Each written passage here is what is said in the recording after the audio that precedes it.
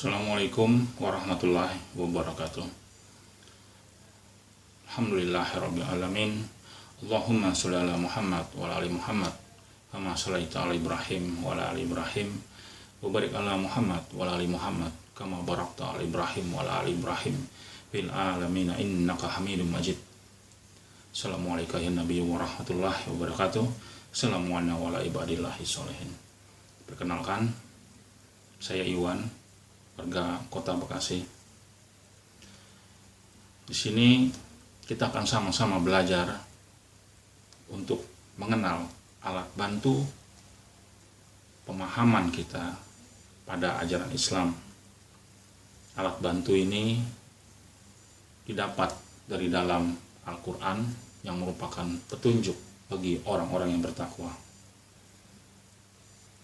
Hal yang pertama bisa kita telusuri adalah keterangan yang terdapat dalam Quran surat Al-A'raf ayat 204 yang artinya Auzubillahi minasyaitonirrajim, dan apabila dibacakan Al-Quran maka dengarkanlah baik-baik dan perhatikanlah dengan tenang agar kamu mendapat rahmat.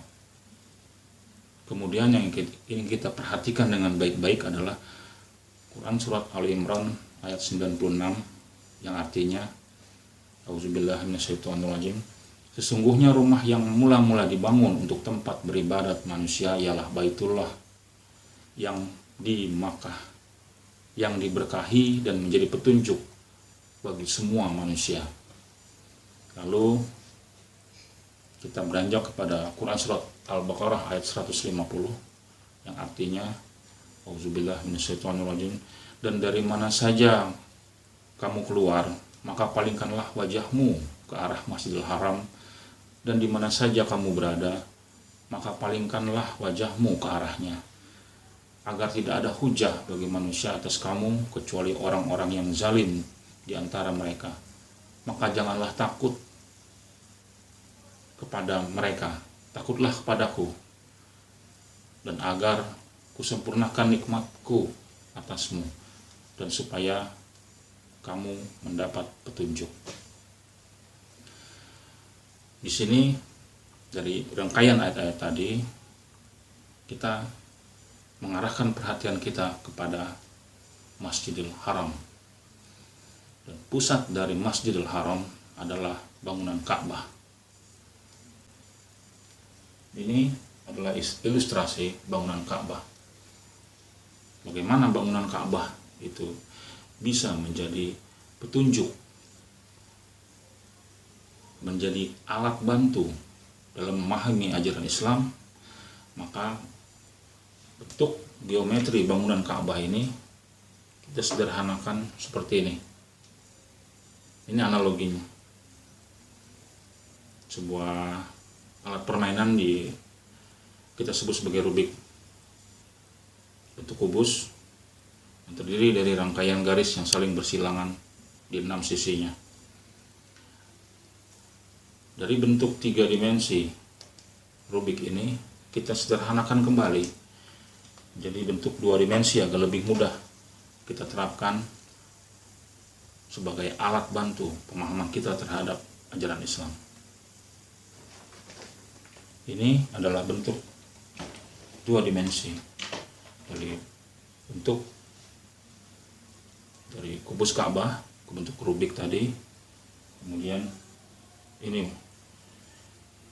bentuk persilangan garis yang akan kita gunakan sebagai alat bantu memahami ajaran Islam.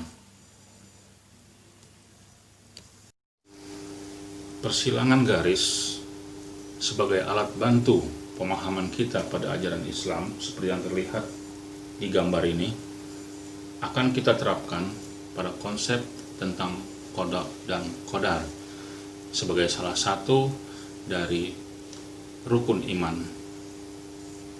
Qada yang berarti ketentuan yang tidak berubah, lengkap, detail, dan menyeluruh, yang tertulis 50.000 tahun sebelum segala sesuatunya tercipta.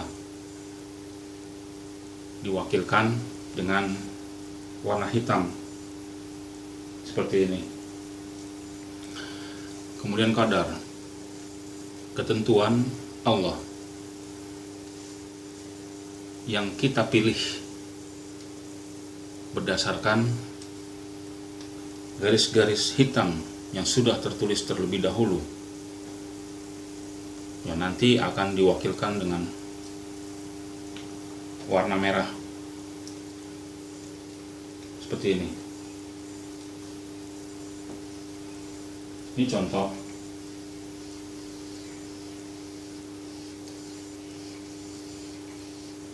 Inilah garis qadar, garis yang berwarna merah. Segala sesuatunya sudah tertulis, detail lengkap, di mana Allah memerintahkan Al-Qalam untuk menulis seluruh ketentuannya 50.000 tahun sebelum segala sesuatunya tercipta di dalam Lauh Mahfuz. Garis-garis qada ini adalah pijakan bergeraknya garis qadar yang berwarna merah ini. Garis qadar yang berwarna merah inilah yang dicatat oleh malaikat raqib dan atid. Jadi di sini qada dan qadar dapat diibaratkan seperti pemahaman Jabariyah dan Qadariyah.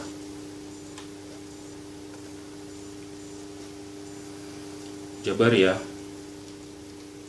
kaum Jabariyah berpendapat bahwa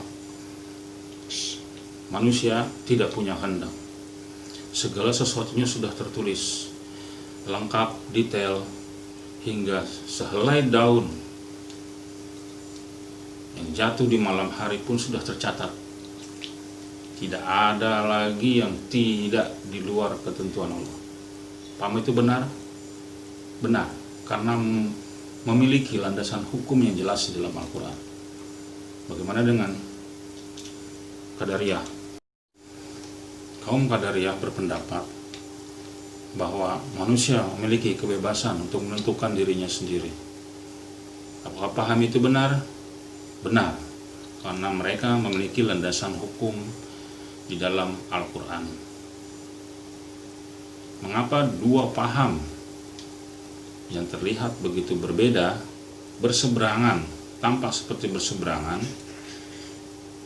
namun lahir dari satu kitab yang sama, lahir dari Al-Quran?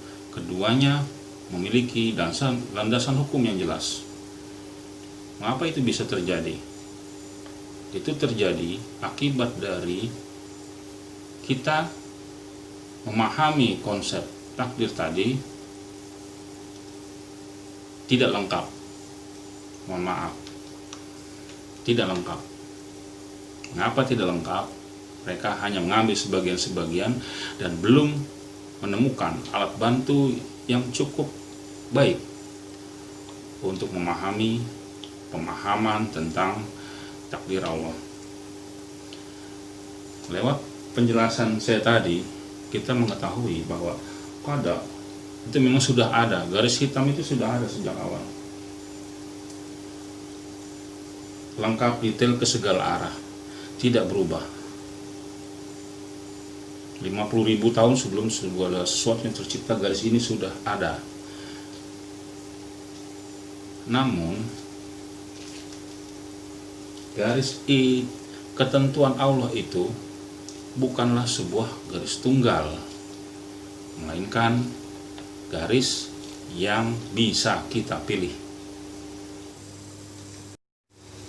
Sekali lagi, kita coba pahami bahwa takdir atau ketentuan Allah tentang qada dan qadar adalah berpola ruang yang berisi garis-garis yang saling bersilangan, berisi pilihan-pilihan yang memberikan ruang gerak bagi kehidupan kita. Qada dan qadar. Qada garis hitam, qadar adalah pilihan kita yang ditandai dengan garis merah. Masih banyak pertanyaan-pertanyaan yang muncul Namun akan kita coba selesaikan dalam pemahaman pola persilangan garis takdir Allah yang membentuk ruang gerak kehidupan kita. Pola persilangan garis takdir Allah akan kita gunakan untuk menyelesaikan perdebatan yang pernah terjadi pada masa terdahulu dan masih menjadi pembahasan sampai saat ini, yaitu tentang apakah Al-Quran itu qadim atau baru. Salah satu contoh perdebatan tersebut adalah tentang turunnya surat Al-Ahqaf, surat ke-111 dalam Al-Quran. Salah satu pihak berpendapat bahwa surat Al-Ahqaf turun setelah adanya perbuatan yang dilakukan Abu Lahab, yang berarti bahwa Al-Quran itu tidak qadim alias baru. Pihak lainnya menyatakan bahwa Allah sudah mengetahui sejak awal bahwa Abu Lahab nantinya akan menjadi orang kafir. Allah sudah tahu bahwa akan ada peristiwa Abu Lahab menentang Nabi Muhammad SAW sehingga turun surat Al-Ahqaf. Ilmunya Allah ini kadim, sudah ada sejak zaman azali yang kemudian difirmankannya dalam Al-Quran. Kedua pernyataan di atas adalah benar, namun masing-masing tidak menyeluruh. Penyelesaian masalah ini adalah dengan memperhatikan pola garis yang bersilangan yang merupakan pola takdir Allah. Seperti ini. Takdir Abu Lahab berisi persilangan garis dengan banyak pilihan yang digambarkan dengan persilangan garis berwarna hitam seperti ini, yang dinamakan sebagai garis kodoknya Abu Lahab. Kemudian Abu Lahab menelusuri garis hitam atau garis kodoknya ini seperti ini.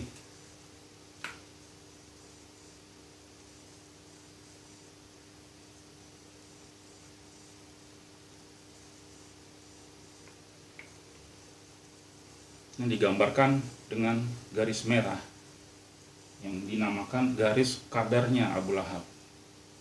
Garis merah yang berpijak pada garis hitam atau garis kadar yang berpijak pada garis kodok. Maka pada suatu ketika sampailah Abu Lahab pada suatu persimpangan.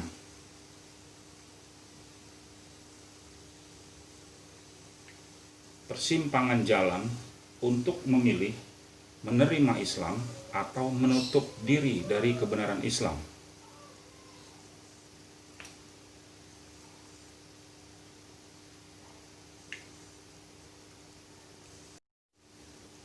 Abu Lahab memilih untuk menutup diri dari kebenaran Islam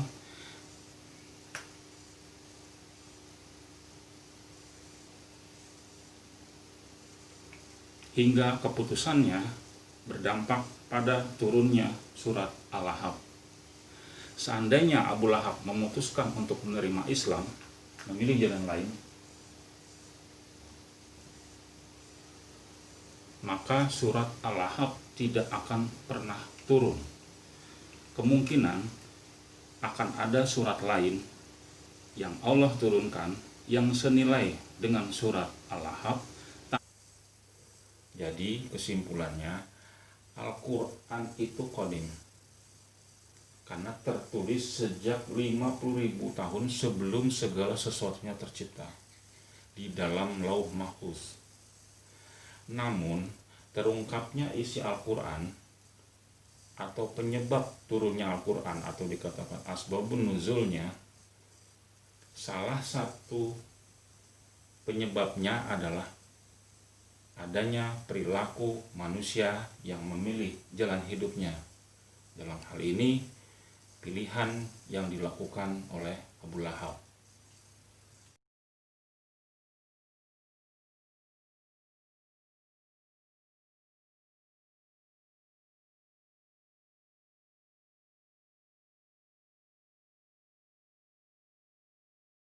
Alhamdulillahirabbil alamin. Allahumma sholli ala Muhammad wa ala ali Muhammad kama shallaita ala Ibrahim wa ala ali Ibrahim wa barik ala Muhammad wa ala ali Muhammad kama barakta ala Ibrahim wa ala ali Ibrahim fil alamin innaka Hamidum Majid. Assalamualaikum warahmatullahi wabarakatuh.